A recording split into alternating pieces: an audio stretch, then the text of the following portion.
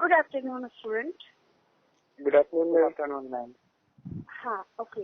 तो आज हमने कल सारी चीजों को एक बार डिटेल से लेआउट करके चीजों को समझ लिया है।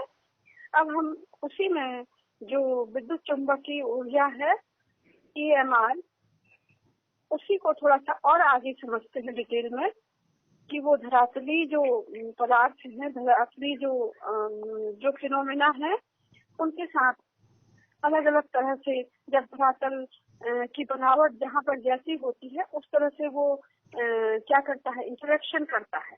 ठीक है, उस इंटरेक्शन की प्रोसेस, एनर्जी इंटरेक्शन प्रोसेस को पढ़ रहे हैं हम आज। ठीक है, एनर्जी कौन सी, विद्युत चुंबकीय जो एनर्जी है उसका जो इंटरेक्शन प्रोसेस है उसको पढ़ने की, समझने की कोशिश कर रहे हैं। ठीक है, मैंने आपको पहले भी बताया कि जैसे विद्युत चुंबकीय जो विकिरण है वह किस प्रकार धरातलीय पदार्थों के साथ इंटरेक्शन करता है।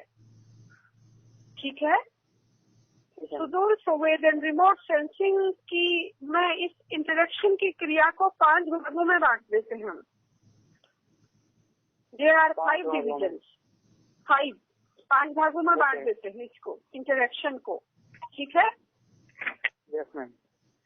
नंबर 1 है परावर्तन, रिफ्लेक्शन। नंबर 2 ऊर्जा का उत्सर्जन, इमिशन। और नंबर 3 परागमन, ट्रांसमिशन। नंबर 4 प्रकीर्णन, स्कैटरिंग।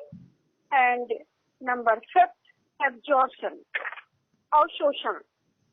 ठीक है, ये 5 तरह से जो है, जो EMR है, विद्युत चुंबकीय विकिरण है, ये धरातल के फिनोमेना के साथ इंटरेक्शन प्रतिक्रिया करता है। ठीक है, ठीक है। अब हम ये देखते हैं कि सबसे पहले जो धरातलीय परिवर्तन है, सरफेस रिफ्लेक्शन, ये क्या होता है। सरफेस जो है, कैसे धरातल जो है परावर्तन धरातल में होता है, यानी धरातल पर जो आपतित विकिरण होता है, जिसको मैंने आपको पहले भी बताया, इंसिडेंट रेडिएशन जिसको हम कहते हैं। ठीक है, कि जो इंटरेक्शन से क्रिया से धरातल के संपर्क में आने से धरातलीय परिवर्तन सुदूर संवेदन उपयोगों के लिए सबसे उपयोगी होता है, सबसे इम्पोर्टेंट होता है। जी मैम। इसका मतलब ये है कि जब ऊर्जा, जो विद्युत चुंबकीय एनर्जी है, जो एनर्जी आपतित विकिरण किसी पदार्थ से टकराकर या किसी फिनोमेना से टकराकर या किसी ऑब्जेक्ट पर रिफ्लेक्शन के बाद वापस जो एनर्जी जाती है उससे टकराकर जब लौट जाता है तो इसे ही हम परावर्तन कहते हैं।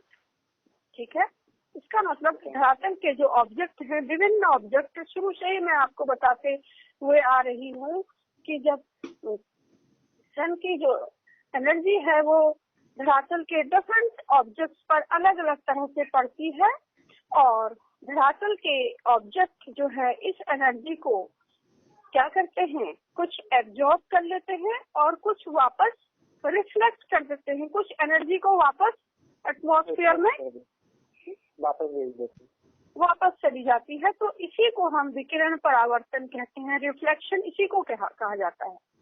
यही रिफ्लेक्शन की प्रोसेस है। ठीक है, सुदूर संवेदन में इस क्रिया का सबसे अधिक महत्व है। सुदूर संवेदन की जब हम स्टडी की बात करते हैं, EMR की बात करते हैं, रिमोट सेंसिंग की बात करते हैं, तो उसमें सबसे अधिक इम्पोर्टेंट रोल यही पे करता है परावर्तन, reflection.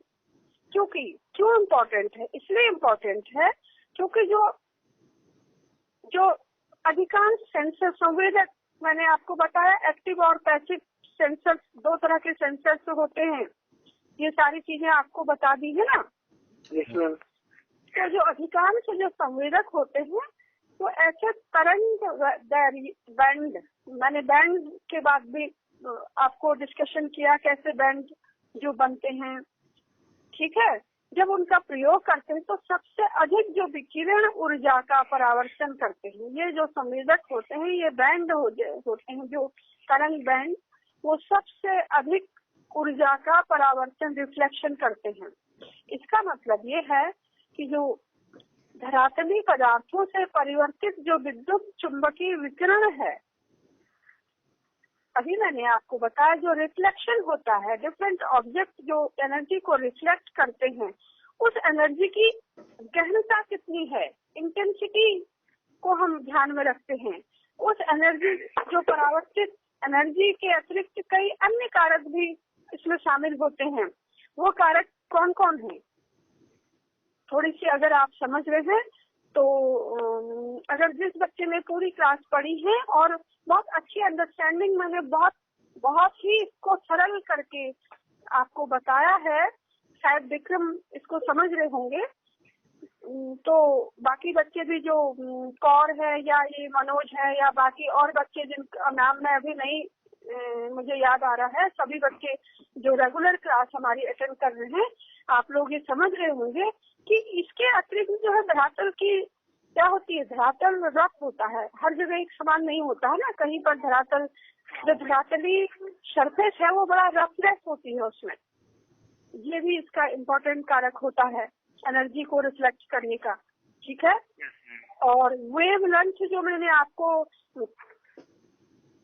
Wave length, wave velocity और वेव फ्रीक्वेंसी 3 चीजें बताई ना, तो इसमें वेव लेंथ बड़ा इम्पोर्टेंट है। वेव लेंथ के से भी जो है धरातली जो परावर्तित ऊर्जा की इंटेंसिटी को हम देख सकते हैं। और जो आपतित कोण है, एंगल ऑफ इंसिडेंस, जो सीधे जो कोण बनता है, मैंने बताया जब एनर्जी जब धरातल के ऑब्जेक्ट पर आती है तो एंगल ऑफ इंसिडेंस इसको कहते हैं। हाँ, और इसके साथ ही साथ मैंने पोलराइजेशन भी बताया आपको, जो पोलराइजेशन पर निर्भर करता है। इसका मतलब यह है जो इंटेंसिटी है, इंटेंसिटी इसके अतिरिक्त धरातल रफ है या कैसा है इस पर डिपेंड करता है, वेव लेंथ पर डिपेंड करता है, एंगल ऑफ इंसिडेंस पर डिपेंड करता है और पोलराइजेशन पर डिपेंड करता है। इसका मतलब यह है कि जो धरातली परावर्तन है वो बहुत चीजों से मिलकर बना है, और वो कैसे होता है और कैसे उसकी इंटेंसिटी को हम ज्ञात कर सकते हैं, इसका रिमोट सेंसिंग में बहुत ही इम्पोर्टेंट रोल होता है। बहुत इम्पोर्टेंट रोल परावर्तन जो है प्ले करता है रिमोट सेंसिंग को समझने के लिए, ठीक है। अब हम थोड़ा और आगे बढ़ते हैं। जो धरातली, जो मैंने अभी बताया, धरातल कहीं सरफेस, जो धरातली सरफेस है वो हर जगह पर समान नहीं होता है, यानी सरफेस रफनेस जिसको कहते हैं, यानी उसका प्रभाव रिमोट सेंसिंग या EMR पर कितना पड़ता है, ठीक है। इसको भी हम यहाँ पर समझने की कोशिश कर रहे हैं। तो इफेक्ट ऑफ सरफेस रफनेस को हम देख रहे हैं।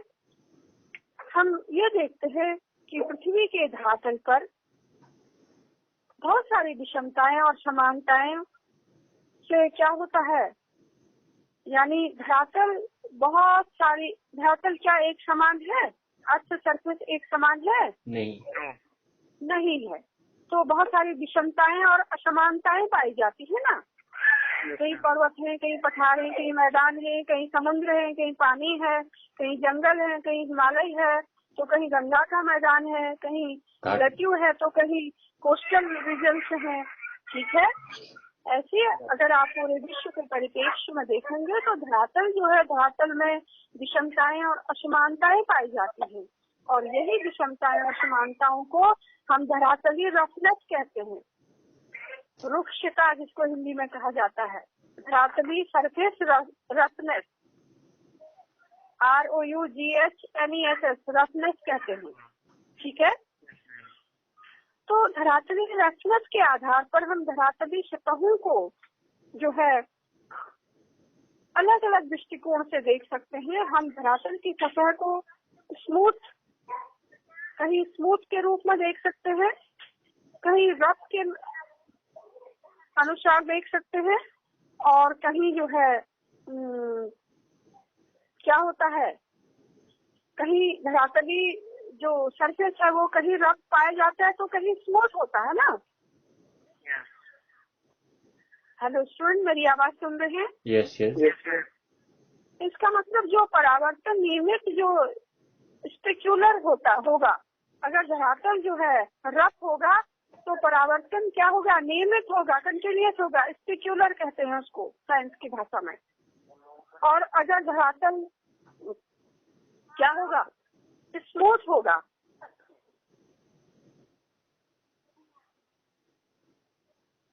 Hello student. हाँ, अगर धरातल, मेरी बात को ध्यान से सुनिए आप, धरातल का जो धरातल कैसा पाया जाता है, सतहों को, धरातल की सतहों को हम दो भागों में बांट लेते हैं। दो भागों में नहीं बांटते हैं हम, वैसे दो तरह से उसको देख लेते हैं।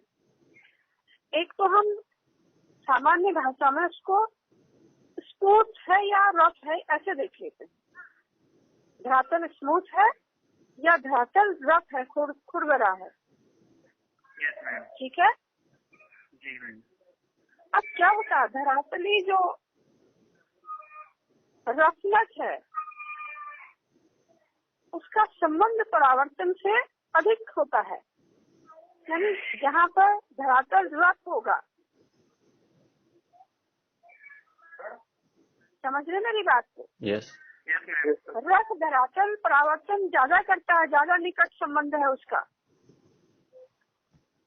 अगर धरातल स्मूथ होता है तो परावर्तन क्या होता है, नियमित होता है। और यदि धरातल खुरदुरा होता है तो परावर्तन क्या होता है, विसरित हो जाता है, डिफ्यूज हो जाता है। डिफ्यूज होना नहीं, मैंने बताया ना, जब कंपोजिशन ऑफ, जब धरातल पर जो EMR है वो कैसे आता है, जो एनर्जी है वो सारी एनर्जी नीचे नहीं आती है, बहुत सारा भाग एनर्जी का डिफ्यूज हो जाता है एटमॉस्फेयर में। कुछ बादल सोख लेते हैं, कुछ एटमॉस्फेयर में डिफ्यूज हो जाता है, और बहुत छोटा सा भाग 48% भाग ही केवल धरातल की सतह पर पहुंच पाता है। बताया ना मैंने अपनी शुरू की क्लास में। Yes yes. हाँ, तो यहाँ पर भी हम वही पढ़ रहे हैं, जो हम धरातल को दो तरह से देख ले रहे हैं यहाँ पर पूरे। एक तो स्मूथ धरातल कह रहे हैं और दूसरा रफ धरातल कह रहे हैं। रफ, ठीक है, खुरदरा। जी मैम। जहाँ पर जो रफ धरातल है उसका संबंध परावर्तन से ज्यादा अच्छा होता है, परावर्तन वहाँ ज्यादा अच्छा होता है। ठीक है। Yes ma'am. और जो स्मूथ धरातल होता है वहाँ पर परावर्तन जो होता है, उस परावर्तन को वह क्या हो जाता है, विचलित हो जाता है। Yes ma'am. ठीक, क्लियर हो गया? यस। जी। नहीं हुआ? मैं और बताती हूँ आपको, चलिए और सिंपल करके बताती हूँ। आप ये देखिए, पूरे जो धरातल को हम मोटे तौर पर दो भागों में बांट लेते हैं। ठीक है। ओके। Yes ma'am. एक तो ऐसा धरातल जो रफ टफ है, जो रफ हो। यस। हाँ, पर्वत है, पठार है, इस तरह का है। और एक ऐसा धरातल है जो स्मूथ है बहुत। रफ मीन्स खुरदुरा है, स्मूथ मीन्स निष्कोण है, स्मूथ है। यस। ठीक है। यस। यहाँ तक समझ गए हैं? Yes ma'am. अब मैं आगे बढ़ूं? Yes ma'am. अब मैं ये कह रही हूँ कि धरातल जो रफनेस है, रफ टफ जहाँ धरातल पाया जाता है, परावर्तन का संबंध, जो परावर्तन में अभी आपको बता रही हूँ, जो अर्थ के ऑब्जेक्ट जो है एनर्जी को परावर्तित कर देते हैं, रिफ्लेक्ट कर देते हैं, तो उस रिफ्लेक्शन की जो अमाउंट है वो रफ धरातल में क्या होती है, ज्यादा होती है। समझ गए? Yes ma'am. और यदि धरातल समतल या निष्कोण स्मूथ है तो परावर्तन क्या होगा, नियमित होगा। उस परावर्तन जो स्मूथ धरातल होता है वहाँ पर जो परावर्तन होता है उस परावर्तन को नियमित या स्पेक्युलर SPECULAR कहा जाता है। ठीक है।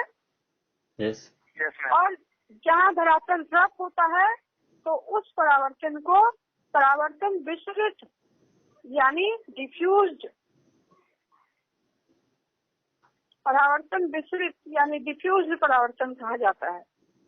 सिंपल सा है। Yes. नियमित परावर्तन कहाँ होता है? स्मूथ धरातल में होता है। स्मूथ में मैम। हाँ, और रफ धरातल जब होता है तो परावर्तन डिफ्यूज्ड हो जाता है। ठीक है। Yes. Yes. हाँ, तो इसका मतलब ये है कि हम इसको ऐसे समझ लेते हैं कि कभी कभी जो है स्मूथ को स्पेक्युलर और धरातल तथा खुरदुरा धरातल को डिफ्यूज्ड धरातल भी कहा जाता है। ठीक है। Yes, ma'am. जो रफ धरातल होता है उस पर परावर्तन जो होता है उसको डिफ्यूज्ड परावर्तन कहा जाता है, और जो स्मूथ धरातल है वहाँ पर परावर्तन होगा उसको क्या कहा जाता है? स्पेक्युलर। समझ गए हैं? Yes. Yes. अब ये नियमित और विसरित जो परावर्तन है, स्पेक्युलर रिफ्लेक्शन और डिफ्यूज्ड रिफ्लेक्शन, ठीक है, इसको समझना, इसको भी समझना थोड़ा सा जरूरी है हमारे लिए। ठीक है। Okay. समझ गए हैं? जी। हाँ। अब नियमित परावर्तन कहाँ होगा? यदि धरातली सतह समकोण या स्मूथ है, धरातली सतह जो है समकोण है या स्मूथ है, ठीक है, तो वहाँ पर परावर्तन कैसा होगा? नियमित होगा।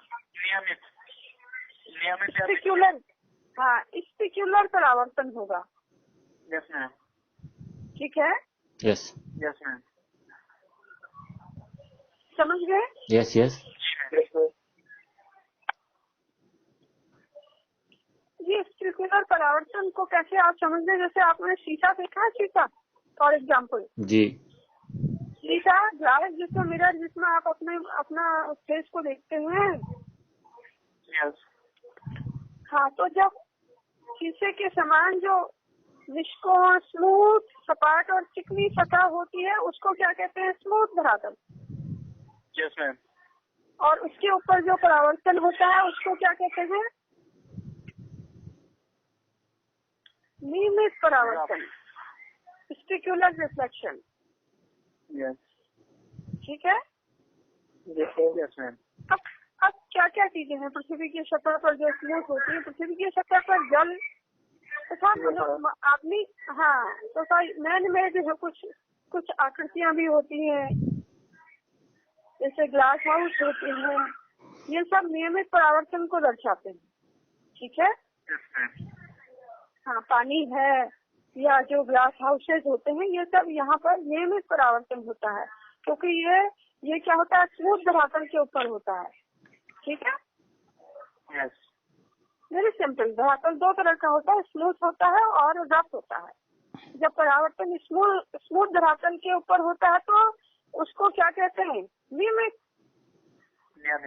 परावर्तन, स्पेक्युलर परावर्तन।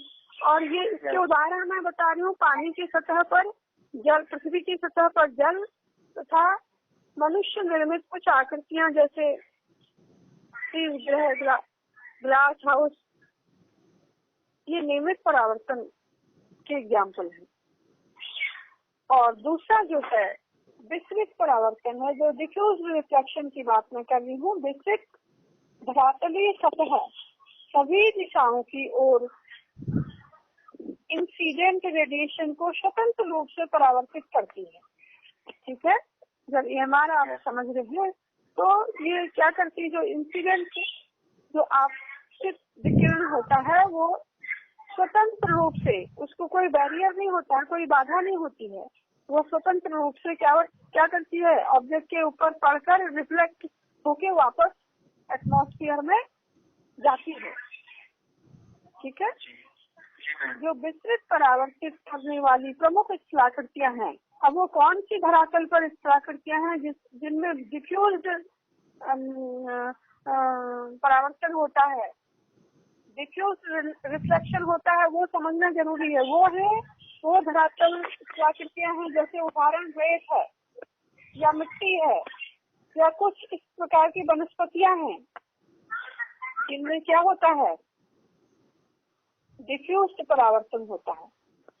ठीक है, ओके, यस, समझ गए हैं जी, यस मैम, यहाँ तक समझ गए हैं बात को?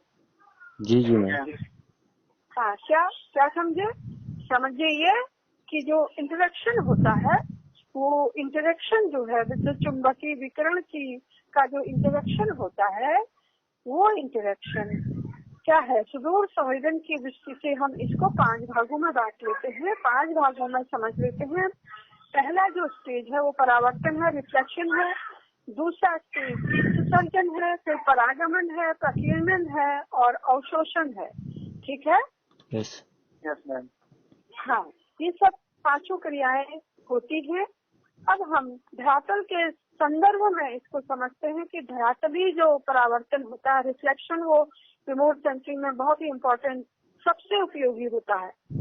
और यह रिफ्लेक्शन जो है कैसे होता है, इसकी इंटेंसिटी डिपेंड करती है धरातल के अन्य कारकों पर। धरातली जो सरफेस है, धरातल का जो सरफेस है वो रफ है, या जो वेवलेंथ है, या जो एंगल ऑफ इंसिडेंट बन रहा है, या पोलराइजेशन वहाँ पर है या नहीं है, ध्रुवीकरण, तो इस पर भी निर्भर करती है परावर्तन। ठीक है, यस मैम, अब जो है परावर्तन किस ढंग से होता है, उसके लिए क्या प्लेटफॉर्म है चाहिए, धरातल चाहिए। धरातल कैसा है, धरातली जो प्रभाव है उसको भी हमें समझना जरूरी है। धरातल हम 2 हैं, एक तो स्मूथ धरातल और दूसरा रफ धरातल।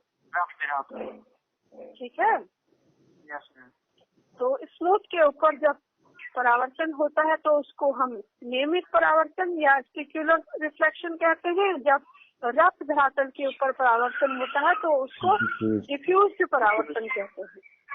ठीक है, अब मैंने ये बताने की कोशिश करी है कि जो नियमित परावर्तन है उसके जो एग्जाम्पल हैं, कौन कौन सी वो चीजें हैं जो अर्थ धरातली सतह पर जो नियमित परावर्तन के एग्जाम्पल पाए जाते हैं।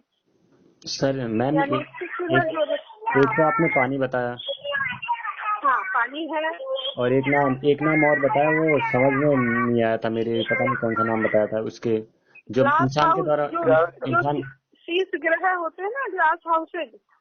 हाँ, कुछ हाउसेज बोला था, glass houses, glass GLASS, glass शीशा। अच्छा, glass houses, okay okay okay, हाँ, ओके, समझ ग्लास गया। हाउसेज जो होते हैं वो नियमित के स्मूथ एंगल बनाते हैं ना, स्मूथ एंगल बनाते हैं, और उनसे जो परावर्तन होता है, जो रिफ्लेक्शन होता है, स्पेक्युलर, वो नियमित रिफ्लेक्शन होता है, कंटिन्यूस होता रहेगा। जी, ठीक है, यस यस, और जो डिफ्यूज रिफ्लेक्शन है वो रफ धरातल में होता है, और वो धरातल की कौन सी आकृतियां हैं जो रफ डिफ्यूज रिफ्लेक्शन करती है, वो रेत है, मिट्टी है, या कुछ और वनस्पतियां हैं, कुछ वनस्पतियां, हाँ, जिनमें निरंतर प्राकृतिक रूप से परावर्तित जो करती रहती हैं, और जो पूर्ण रूप से लैम्पर्ट का जो सतह। ठीक है, यहाँ तक समझ गए हैं? मैम, कोई अवशोषित वाले एक आध दो उदाहरण समझा दीजिए जो अवशोषित कर लेते हैं, एब्जॉर्ब कर लेते हैं एनर्जी को। यस, बेटा, एब्जॉर्ब तो सभी सारे ऑब्जेक्ट एब्जॉर्ब करते हैं ना, जितने भी धरातल पर जो भी ऑब्जेक्ट फिनोमिना पाए जाते हैं, चाहे वो घास है, चाहे वो पानी है, चाहे वो पर्वत है, चाहे वो मैदान है, या ग्लेशियर है, या नदी है, या कोई खेत है, या कोई अर्बन बिल्टअप एरिया है, वो कुछ एनर्जी को एब्जॉर्ब कर लेते हैं। कुछ एनर्जी का पोर्शन, अमाउंट, हर ऑब्जेक्ट अपने आप क्या कर लेता है, एब्जॉर्ब कर लेता है। अब धरातल के ऊपर जो भी फिनोमेना पाए जाते हैं उनका रेट ऑफ एब्जॉर्प्शन अलग अलग होता है, और शोषित करने की जो अमाउंट होती है वो हर ऑब्जेक्ट की अलग अलग होती है ना। यस, ठीक है। Yes, yes. अब ऑब्जेक्ट ने एनर्जी को एब्जॉर्ब करा और बाकी एनर्जी को क्या कर दिया, वापस धरातल ऊपर एटमॉस्फेयर को वापस कर दिया, रिफ्लेक्शन कर दिया। तो उसी को हम रिफ्लेक्शन की बात उसी रिफ्लेक्शन की बात, परावर्तन जिसको हिंदी में कहते हैं, और इंग्लिश में उसको रिफ्लेक्शन कहते हैं। तो वही जो एनर्जी रिफ्लेक्ट होके वापस एटमॉस्फेयर में जा रही है, मैं उस एनर्जी की बात कर रही हूँ, वो एनर्जी को समझाने की कोशिश कर रही हूँ आपको। ठीक है। Yes ma'am. मैं आगे बढ़ूँ? यस, यस, बिल्कुल मैम। ओके। तो अब मैंने आपको एक क्लास पूरी स्पेक्ट्रल EMR स्पेक्ट्रम का बताई थी ना। यस। स्पेक्ट्रम की क्लास ली थी, नहीं ली थी एक दिन पूरी? यस, यस, ली थी। हाँ, इलेक्ट्रोमैग्नेटिक स्पेक्ट्रम। यस। आप मुझे बता सकते हो कोई बच्चा स्पेक्ट्रम को आप समझे या कैसे नहीं समझेगी? यस, यस मैम, समझ गए थे उस वक्त। आपको मैंने 2-3 बार बताया विक्रम, आप लास्ट तक भी आपको मैं समझाने में थी कि स्पेक्ट्रम होता क्या है। यानी विद्युत चुम्बकीय जो किरणें होती हैं, रेज होती है, उनका मिला जुला बृहद प्रदेश को ही स्पेक्ट्रम कहते हैं, जिसमें गामा किरण है, एक्स किरण है, विजिबल रेज है, इंफ्रारेड रेज है, थर्मल रेज है, माइक्रोवेव है, ठीक है, और रेडियो वेव है। इनका सबका मिला जुला पूरा बृहद विस्तृत जो मिला जुला स्वरूप स्पेक्ट्रम कहलाता। बिल्कुल मिला जुला स्वरूप स्पेक्ट्रम होता है। ठीक है। यस। समझ गए इसके? Yes, yes. तो इसी को हम जो है, अब स्पेक्ट्रम मैंने आपको वहां पर भी बताने की कोशिश करी कि स्पेक्ट्रम जो है वो बैगनी, रेड, नीला, पीला, बहुत सारे कलर उसमें होते हैं। ठीक है। जो लाल कलर की रेज होती है, लाल कलर की तरंग वो सबसे लंबी होती है, और बैगनी कलर की तरंग सबसे छोटी होती है। हाँ, सबसे। और इसके बीच में हम जिसको देख सकते हैं वो विजिबल स्पेक्ट्रम होता है, और जो रेड से ऊपर और बैगनी से नीचे तक का जो पूरा एरिया होता है जिसको हम देख नहीं सकते हैं उसको इनविजिबल कहते हैं। ठीक है। यहाँ तक समझ गए? स्पेक्ट्रम को क्लियर समझ गए हैं आप? Yes, yes ma'am. ठीक है। तो मैं यहाँ पर अब उसी स्पेक्ट्रम से रिलेटेड चीज को बता रही हूँ, स्पेक्ट्रल परावर्तन। अब यहाँ पर हमने पढ़ा, एक तो स्पेक्युलर नियमित परावर्तन पढ़ा। कहाँ नियमित होगा? स्मूथ धरातल पर नियमित परावर्तन होगा, और रफ धरातल पर डिफ्यूज्ड परावर्तन होगा। ठीक है। अब हम जो परावर्तन है वो स्पेक्ट्रल में कैसे होता है इसको देखने की कोशिश कर रहे हैं। पूरा जो स्पेक्ट्रम मैंने बताया, स्पेक्ट्रल रिफ्लेक्शन इसको कहते हैं। तो ये कैसे होता है, थोड़ा सा इसको भी समझने की, थोड़ा सा अंडरस्टैंडिंग को डेवलप करने की जरूरत है यहाँ पर। ठीक है। ओके। इसके बेसिक को समझने की बात यहाँ पर करो, जिसको हम, ये बड़ा इम्पोर्टेंट है। इसी से संकेत आते हैं जिनको हम सिग्नेचर कहते हैं। ठीक है। जो स्पेक्ट्रल परावर्तन है वो आपतित या परावर्तित ऊर्जा का आनुपातिक संबंध है। यानी जो वेव लेंथ, जो तरंग दैर्घ्य का प्रतिफल है, तरंग वेव लेंथ का ही प्रतिफल है। मतलब जो विभिन्न धरातलीय पदार्थों के अलग अलग स्पेक्ट्रल परावर्तन की विशेषताओं को बताता है। अब हमें समझना है कि ये स्पेक्ट्रल परावर्तन फोटोग्राफिक चित्र में भी आप किसी लक्षण के रूप में या आभा के रूप में देख सकते हैं। स्पेक्ट्रल, एक उदाहरण से आप इसको समझिए। ऐसे मैं एक उदाहरण दे रही हूँ आपको। उदाहरण के लिए जैसे पेड़ पौधे हरे प्रतीत होते हैं ना, हरे होते हैं ना। यस। पेड़ पौधे हरे होते हैं, क्योंकि वो हरे क्यों होते हैं बताइए? क्लोरोफिल का। कभी आपने सोचा वो हरे क्यों होते हैं? यस मैम, क्लोरोफिल के कारण। मैम क्लोरोफिल के कारण। हाँ, क्लोरोफिल के कारण वो अपने लिए क्या करते हैं, स्वयं अपना भोजन बनाते हैं। सन से जैसी सनरेज आती है तो वो अपना एक्टिवेट हो जाते हैं और अपना काम करना शुरू कर देते हैं। ठीक है। यस।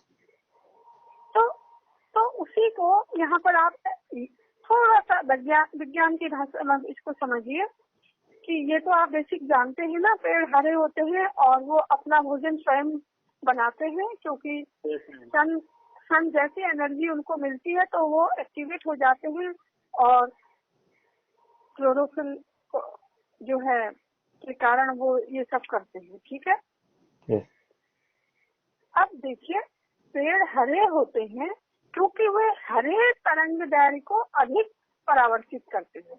तरंग दैर्घ्य में जो वेवलेंथ है, जो हरा कलर मैंने बताया ना आपको, नीला, लाल, जामुनी, यस, सारे कलर बताए ना आपको मैंने। बिल्कुल मैम। तो जो पेड़ होते हैं, पेड़ पौधे, वो हरे ग्रीन कलर को ज्यादा क्या करते हैं, ग्रीन कलर के जो वेवलेंथ आ रही है उसको ज्यादा परावर्तित करते हैं। समझ गए हैं? विज्ञान इसके पीछे ये है, साइंस। ठीक है। ठीक। हाँ, अब क्या है, किसी निर्धारित वेवलेंथ तरंग दैर्घ्य जो है अंतर से किसी धरातलीय वस्तुओं के, जो धरातल पर जो कोई भी वस्तु है के स्पेक्ट्रल परावर्तन मानों को, यानी जो मान आते हैं, जो वैल्यू आती है, उस वैल्यू को ही स्पेक्ट्रल संकेत या स्पेक्ट्रल सिग्नेचर कहा जाता है।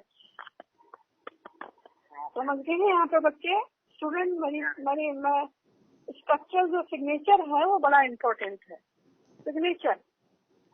ठीक है। yes. अब ये सिग्नेचर क्या है? देखो, मैंने अभी आपको बताया कि पेड़ पौधे हरे होते हैं और हमने ये समझने की कोशिश करी कि वो हरे क्यों होते हैं। हरे इसलिए होते हैं क्योंकि वे जो है, जो वेवलेंथ होती है ना, जो तरंग दैर्घ्य सन से आती है, वो मल्टी कलर की आती है। मैंने कलर स्पेक्ट्रम में आपको सारी चीजें बताई हैं, स्पेक्ट्रम जब बताया है। अभी आप भी इसको समझ गए हैं कि वो हरे रंग के कलर को ज्यादा क्या करती हैं, परावर्तित करते हैं। हाँ, इसलिए उनका कलर ग्रीन होता है। ठीक, यहाँ तक समझ गए? समझ गए स्टूडेंट? यस, बिल्कुल मैम, समझ गए। हाँ, अब क्या होता है, किसी निर्धारित एक फिक्स जो है वेवलेंथ अंतर से धरातलीय वस्तुओं के स्पेक्ट्रल परावर्तित मानों को स्पेक्ट्रल सिग्नेचर कहा जाता है। यानी कहने का मतलब ये है कि ये संकेत, ये जो सिग्नेचर होते हैं, वस्तुओं में भेद स्थापित, इनसे वस्तुओं में क्या होता है, डिफरेंसेस हम निकाल सकते हैं, डिफरेंस निकाल लेते हैं। यानी जो आजकल मॉडर्न जो रिमोट सेंसिंग सेंसर्स है ना, वो बहु स्पेक्ट्रल कैमरा, जिसमें बहुत ही स्पेक्ट्रल, बहुत सारे मल्टी स्पेक्ट्रल कैमरा लगे हुए हैं, स्कैनर लगे हैं, और अलग अलग स्पेक्ट्रल जो विंडोज होती हैं वो अलग अलग ऊर्जा का परावर्तित करते हैं, और जो संकेत वो लेते हैं उन्हीं संकेतों को हम स्पेक्ट्रल सिग्नेचर कहते हैं। ठीक है, समझ गए हैं? यस। अब स्पेक्ट्रल सिग्नेचर तो हम समझ गए हैं, बट स्पेक्ट्रल सिग्नेचर का मेजरमेंट कैसे करते हैं इसको समझने की जरूरत। थोड़ा सा हम आगे बढ़ते हैं। जो स्पेक्ट्रल सिग्नेचर, जो संकेत आते हैं, जो मान हम मान लेते हैं, उन मानों का मेजरमेंट कैसे कर लेते हैं, कैसे मापन उनका करते हैं, इसको समझने की कोशिश करते हैं। जैसा कि मैंने आपको बताया कि बहुत स्पेक्ट्रल जो प्रतिबिंब होते हैं, इमेजेस होती हैं, ठीक है। जब हम इमेजेस का विवेचन करते हैं तो हमें आवश्यक सबसे इम्पोर्टेंट चीज होती है कि धरातल कितना शुद्धता पाई जाती है धरातल में, यानी विभिन्न प्राकृतिक वस्तुओं के स्पेक्ट्रल विशेषताओं का विस्तृत रूप से मापन या अभिलेखन किया जाता है। और ये मापन ये मापने की कोई एक यंत्र होता है जो स्पेक्ट्रल मेजरमेंट करते हैं। हम उस स्पेक्ट्रल मेजरमेंट को, यानी स्पेक्ट्रल परावर्तनों का मापन करने के लिए एक यंत्र यूज किया जाता है। इस यंत्र का नाम है स्पेक्ट्रोफोटोमीटर।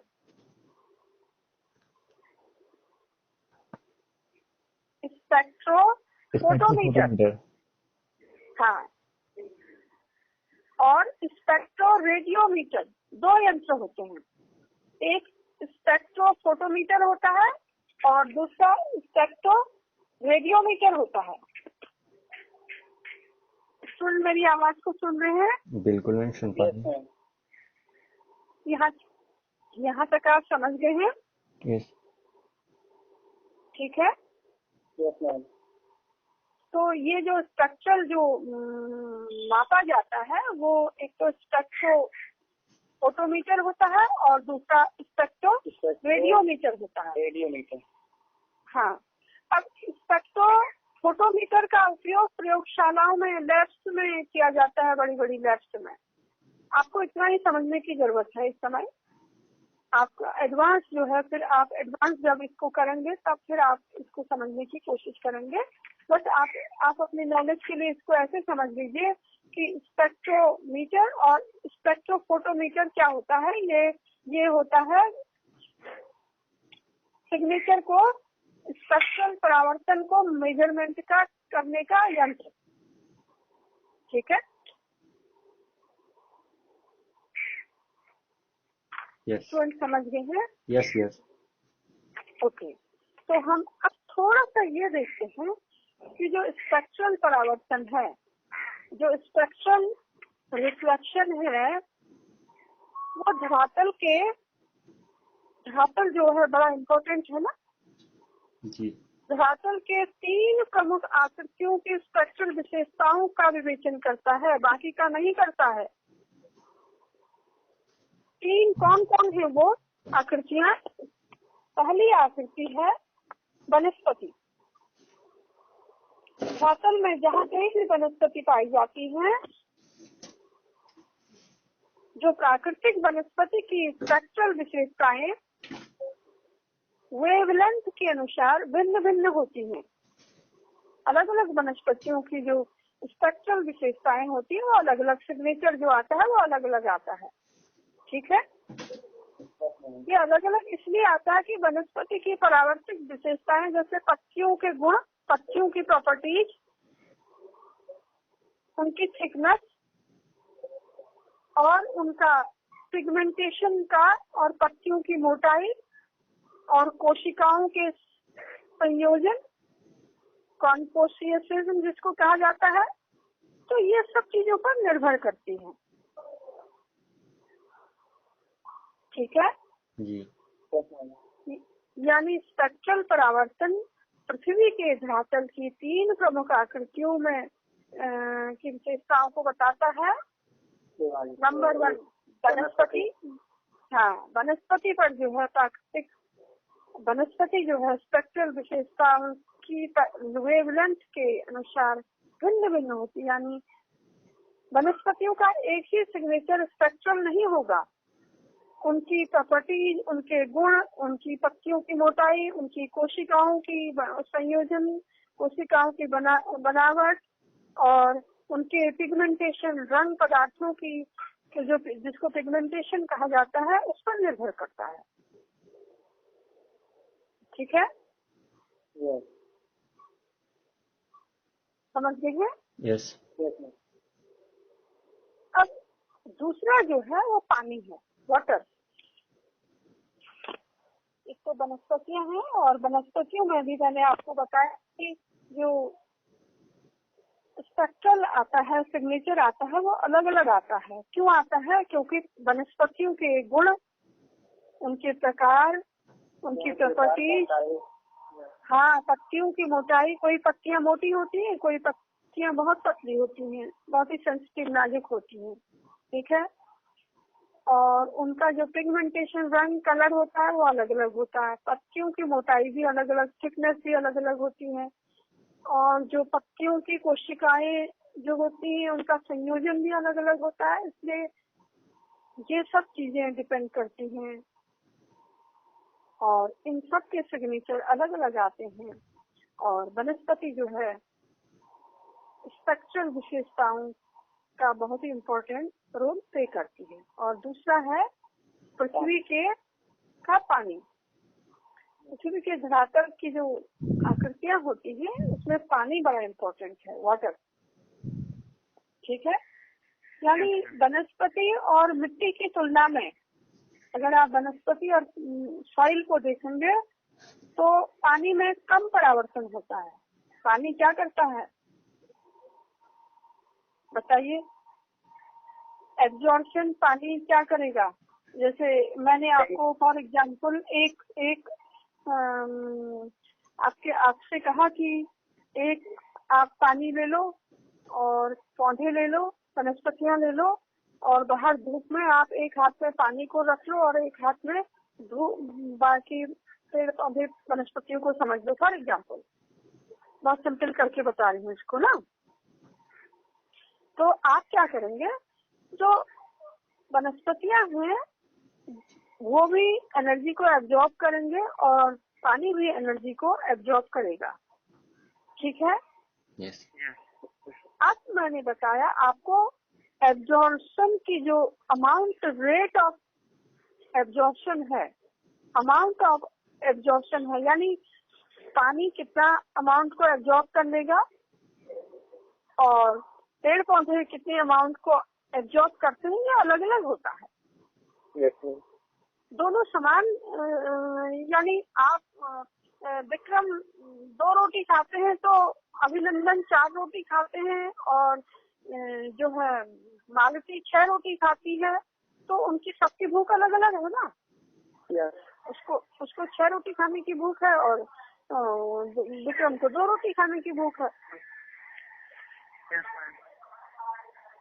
तो जो पानी है वो क्या करता है, एब्जॉर्प्शन ज्यादा करता है, अमाउंट को, एनर्जी को एब्जॉर्ब कर लेता है, और रिफ्लेक्शन कम करता है। Yes, ma'am. वनस्पतियां और मृदा जो है रिफ्लेक्शन पानी की तुलना में ज्यादा करते हैं। Yes.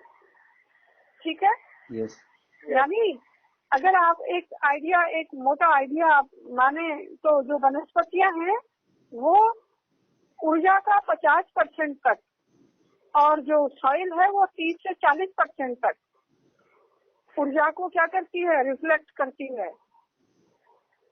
जबकि पानी जो है केवल 10% ऊर्जा का परावर्तन करता है, रिफ्लेक्ट करता है। कितना अंतर है।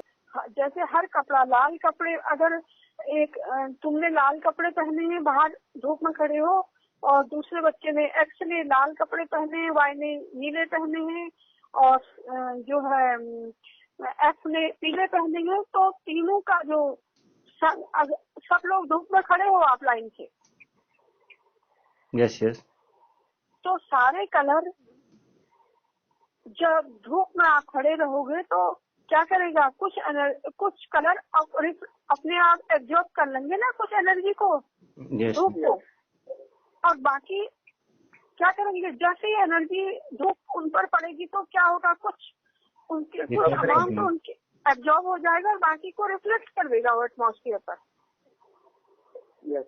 ओके इसी तरह से इसी तरह से आप वनस्पतियाँ, पानी और मिट्टी, 3 बड़े इम्पोर्टेंट फिनोमिना धरातल के होते हैं जो जो जो क्या करते हैं, स्पेक्ट्रम की विशेषताओं का निर्माण करते हैं, स्पेक्ट्रम को बनाते हैं। अब स्पेक्ट्रम बनता कैसे है, क्योंकि एनर्जी कुछ एब्जॉर्ब हो जाती है और कुछ रिफ्लेक्ट हो जाती है, और जो रिफ्लेक्ट रेट ऑफ रिफ्लेक्शन का हर ऑब्जेक्ट का अलग अलग होता है। पानी बहुत कम रिफ्लेक्ट करता है, यानी 10% की ऊर्जा को रिफ्लेक्ट करता है, जबकि वनस्पतियाँ 50% ऊर्जा का रिफ्लेक्शन करती है, और जो मिट्टियाँ हैं वो 30 से 40% रिफ्लेक्शन करती हैं। मैम मिट्टियाँ कितने प्रतिशत करती है? 30? कौन? मिट्टी कितने प्रतिशत ऊर्जा को ग्रहण करती है? 30 से 40। Okay ma'am. 30 से 40% रिफ्लेक्शन करती हैं, और वनस्पतियाँ 50% रिफ्लेक्शन, सबसे ज्यादा रिफ्लेक्शन वनस्पतियाँ करती हैं, पेड़ पौधे करते हैं, वेजिटेशन करती है, वाटर सबसे कम करता है, और उसके बाद मिट्टियाँ 30 से 40% करती हैं। ठीक, क्लियर मैम? यहाँ तक क्लियर हो गया? Yes ma'am. ओके, अब हम ये देख रहे हैं कि जब एनर्जी वनस्पति पर पड़ रही है तो रिफ्लेक्शन का अमाउंट अलग हो जा रहा है, और जब पानी पर पड़ रही है तो रिफ्लेक्शन का अमाउंट अलग होता है, और जब मिट्टी पर पड़ता है तो रिफ्लेक्शन का अमाउंट क्या होता है, अलग होता है। ठीक है? ठीक है? यस। अब हम ये भी देखते हैं कि जब थोड़ा सा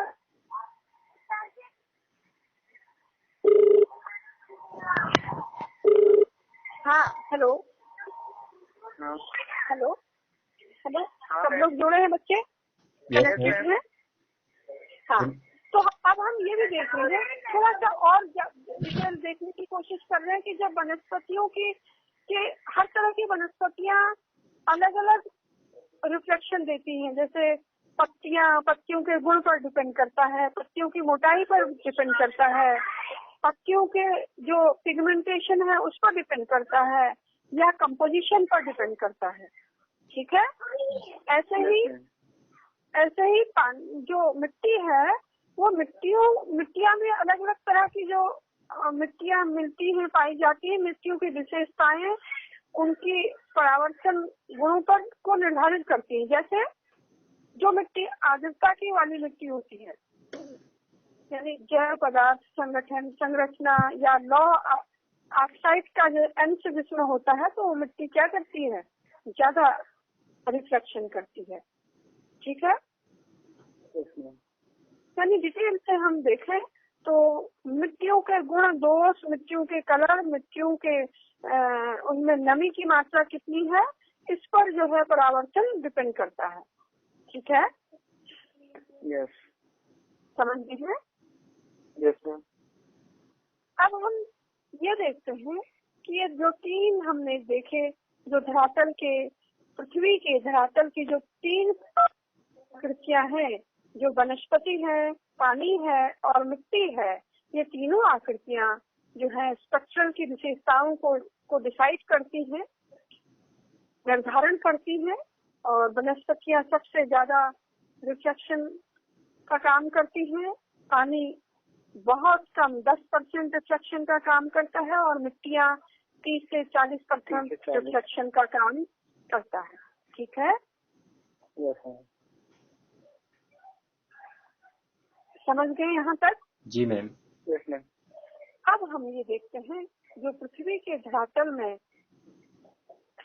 हर जगह पर अलग अलग जो वेवलेंथ परावर्तित हो रही है, यानी मिट्टियाँ अलग कर रही हैं, पानी अलग कर रहा है, और जो है वनस्पतियां अलग कर रही हैं, तो वह जो अलग अलग विशेषताएं बताती हैं, दर्शाती हैं, स्पेक्ट्रल की जो विशेषताएं अलग अलग आती हैं, तो उसी को हम क्या करते हैं, उसी को हम स्पेक्ट्रल सिग्नेचर कहते हैं। इसको रिमोट सेंसिंग की भाषा में स्पेक्ट्रल सिग्नेचर यानी स्पेक्ट्रल विशेषताएं, सिग्नेचर इसको कहते हैं। कैसा सिग्नेचर पड़ रहा है, यानी पानी का सिग्नेचर क्या होगा, कम होगा। और वनस्पतियों का जो सिग्नेचर आएगा वो क्या होगा, सबसे ज्यादा होगा। और मिट्टियों का जो सिग्नेचर आएगा वो क्या होगा, 30 से 40% होगा। समझ गए यहाँ तक जी। तो इसको हम स्पेक्ट्रल विशेषताएं या स्पेक्ट्रल सिग्नेचर कहते हैं।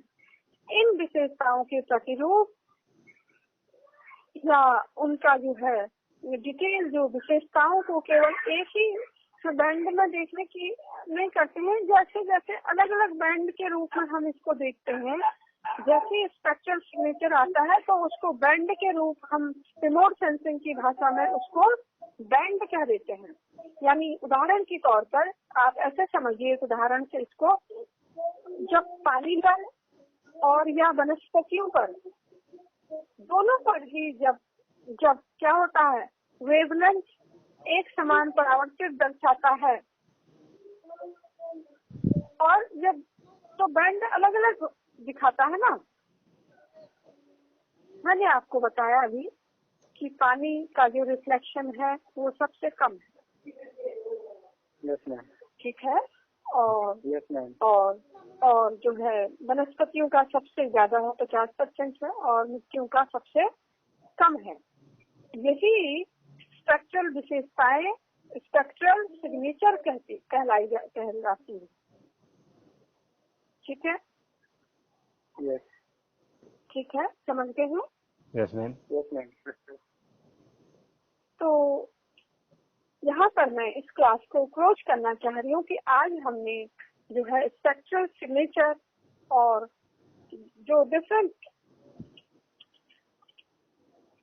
इंटरेक्शन होता है EMR के साथ, उनको पढ़ने की, जो EMR का जो स्पेक्ट्रम है, प्रोसेस है, उसको पढ़ने की कोशिश यहाँ पर करी। स्पेक्ट्रल और स्पेक्ट्रल सिग्नेचर, जो रिफ्लेक्शन होता है वो धरातल के डिफरेंट ऑब्जेक्ट्स पर पड़ता है, और डिफरेंट ऑब्जेक्ट जो है इसको कैसे एनर्जी को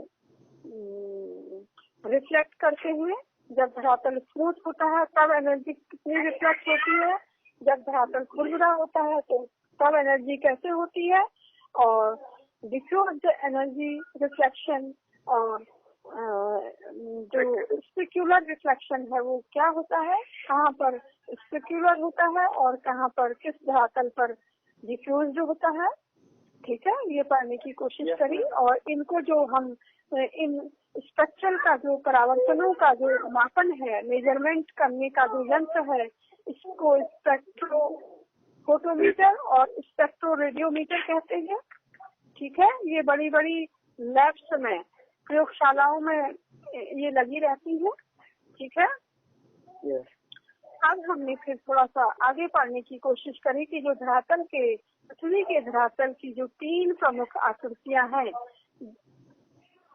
जिन पर स्पेक्ट्रल विशेषताओं का हमने निर्धारण किया, वो हैं वनस्पतियां और पानी, फिर जो है मिट्टियां। इसका मतलब हमने देखा, हमने ये पढ़ने की कोशिश करी कि जो वनस्पतियों का स्पेक्ट्रल सिग्नेचर है वो सबसे ज्यादा होता है, और जो पानी का स्पेक्ट्रल सिग्नेचर है वो सबसे कम होता है, और मिट्टियों का स्पेक्ट्रल सिग्नेचर 30 से 40% तक होता है। ठीक है। और हमने ये भी देखा कि ये जो सिग्नेचर होते हैं ये क्या होते हैं। तो यहाँ तक डियर स्टूडेंट, आपको ये सब क्लियर हो गया है। ठीक है मैम। स्टूडेंट, ये सब आपको क्लियर हो गया है। Yes ma'am. ओके, तो अब हम जो है रिमोट सेंसिंग की जो हमारा कोर्स है वो कंप्लीट होने जा रहा है। ठीक है। यस। ठीक है मैम। अब मैं कल को थोड़ी सी रिमोट सेंसिंग की जो जो विशेषताएं होती हैं, जो मैंने सेंसर्स भी आपको बताए, active sensor, passive sensor, spectrum भी बताया, स्पेक्ट्रल सिग्नेचर भी बताया, ठीक है। और जो जो स्पेक्ट्रल रिजोल्यूशन होता है उसको भी थोड़ा सा मैं कल आपको अब बताने की कोशिश करूंगी, ठीक है। यस। यानी या इसको आप अभी समझना चाहें तो जो स्पेक्ट्रल रिजोल्यूशन होता है ना, यस। अभी पढ़ने की कोशिश करते हैं या फिर कल बताऊं? मैम अभी बता दो, इसी में बता दो। ठीक हो क्या? जो रिजोल्यूशन होता है, रिजोल्यूशन मीन्स, सपोज इसको ऐसे समझिए, एक आपके पास, विक्रम के पास एक कैमरा है, में एक मोबाइल है, ठीक है, और एक मनोज के पास मोबाइल है। एक मोबाइल से फोटोग्राफी बहुत अच्छी होती है और दूसरे मोबाइल से फोटोग्राफी उतनी अच्छी उसका क्या नहीं है, क्या नहीं है? लेंस। हाँ, पिक्सल्स। मैंने पिछली क्लास में भी आपको बताया कि उसके पिक्सल्स उतने अच्छे नहीं हैं, तो उससे उतनी अच्छी फोटोग्राफी नहीं हो रही है, ठीक है। यस। तो इसका मतलब ये है कि जो कैमरा अच्छी फोटोग्राफी कर रहा है, उस कैमरे के पिक्सल्स जो हैं बहुत अच्छे हैं, समझ गए हैं? यस। और जिस कैमरा से फोटोग्राफी उतनी अच्छी नहीं हो रही है, उसके पिक्सल्स क्या हैं, उतने अच्छे नहीं हो, यानी उतनी अच्छी फोटोग्राफी उससे नहीं हो रही है, ठीक है जी। ये तो विशेषताओं की बात हो गई, फोटो कैसी आई इसकी बात हो गई, ठीक है। यस। तब मैं यहाँ पर आपको रेजोल्यूशन बताने की बात कर रही हूँ, रेजोल्यूशन को समझाने की बात कर रही हूँ। जो रेजोल्यूशन होता है, यानी विक्रम के जो कैमरा है उसने जो है एक बहुत बड़े एरिया का फोटो खींच दिया और बहुत क्लियर आई हैं चीजें, और जो मनोज का कैमरा है वो उतने बड़े एरिया का फोटो नहीं खींच पा रहा है, और उसकी जो जो फीचर्स हैं वो भी, कलर कॉम्बिनेशन फीचर्स, वो भी उतने अच्छे नहीं आ रहे। तो इसका मतलब है कि जो कैमरा बहुत बड़े एरिया को भी ले रहा है और फीचर्स और कलर कॉम्बिनेशन भी बहुत अच्छे आ रहे हैं, तो उस कैमरे का रिजोल्यूशन काफी अच्छा है, और दूसरे के कैमरे का रिजोल्यूशन क्या है, कमजोर है, उतना अच्छा नहीं है, ठीक है, समझ गए हैं? यस। यस। हाँ, तो रिजोल्यूशन का मतलब आप धरातल के बहुत छोटे से छोटे पार्ट को भी लेकर उसकी बहुत सारी जो चीजें हैं, माइनर से माइनर चीजों को भी आप दिखा रहे हैं। यानी मेरा टेबल 2 मीटर और 2 मीटर लंबा, 2 मीटर चौड़ा है, ठीक है, और सैटेलाइट गुजर रहा है, 2 सैटेलाइट एक साथ गुजर रहे हैं। एक सैटेलाइट तो मेरे टेबल की सारी जो मेरी किताबें हैं, लैपटॉप है, मेरा मोबाइल है, बाकी चीजें मैंने अपने टेबल पर यहाँ पे रखी हैं, तो उनको सारी चीजों को एडिटेड दिखा दे रहा है। और दूसरा जो है वो केवल मेरी छत को की पिक्चर लेके चला जा रहा है। आप किस सैटेलाइट के कैमरे के रेजोल्यूशन, सेंसर्स के रेजोल्यूशन को किस पर अच्छा मानेंगे आप, बताइए मुझे।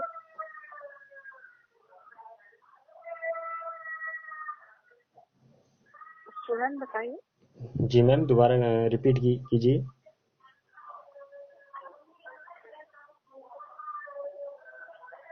हेलो। मैं ये कह रही हूँ। हेलो। हाँ, आवाज यस मैम। आ रही है। हाँ, मैं ये कह रही हूँ कि रिजोल्यूशन उस कैमरा का, उस सैटेलाइट का अच्छा माना जाता है। रिजोल्यूशन वह रिजोल्यूशन सबसे अच्छा माना जाता है जो धरातल की छोटी से छोटी चीजों की भी डिटेल को बताता है।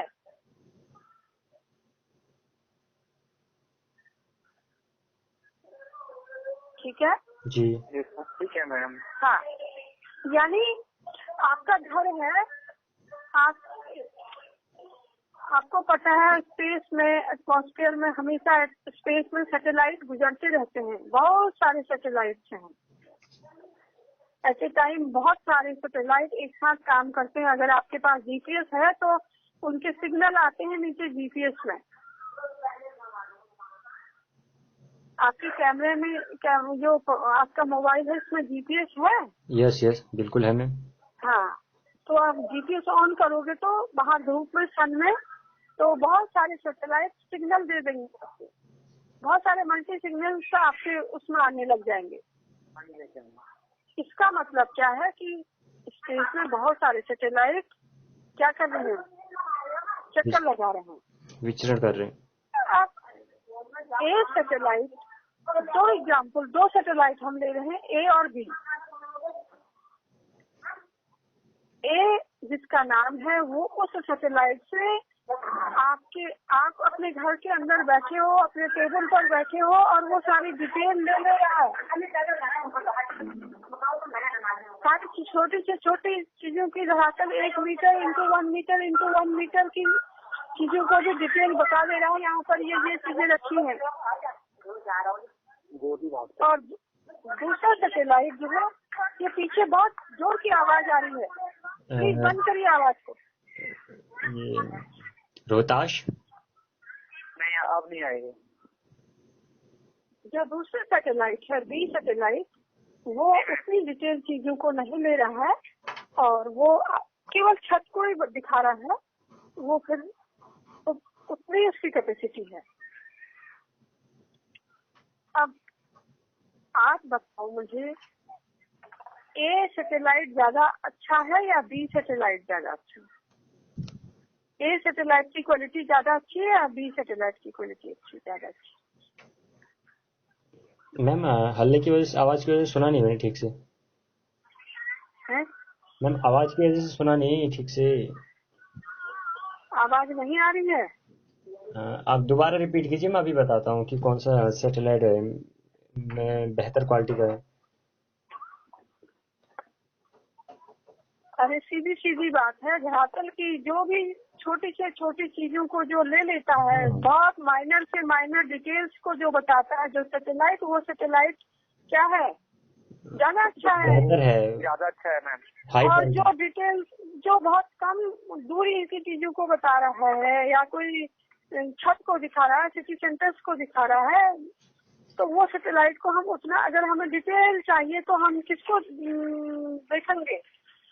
सिस्टम चीज लेता है। हाँ, जो डिटेल 1 मीटर इंटू 1 मीटर की ऐसे सैटेलाइट आ गए हैं, ऐसे जो 1 meter into 1 meter 1 into 1 meter की दूरी की चीजों को भी दिखा दे रहे हैं आजकल। ठीक है, इसका मतलब यह है कि जो एक जो पूरी डिटेल को दिखा रहा है उसका रिजोल्यूशन अच्छा है, उस सैटेलाइट का। यस। इस कैमरे का रिजोल्यूशन बहुत अच्छा है, इसको कहते हैं रिजोल्यूशन। ठीक है। Yes.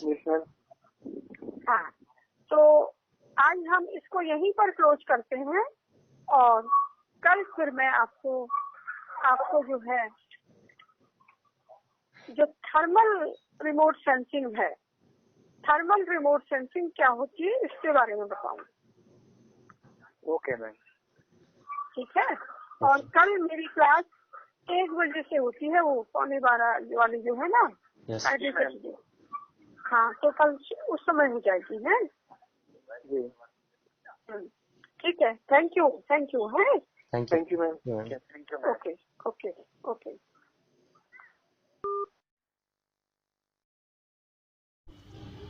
Hello, this video is like and subscribe please.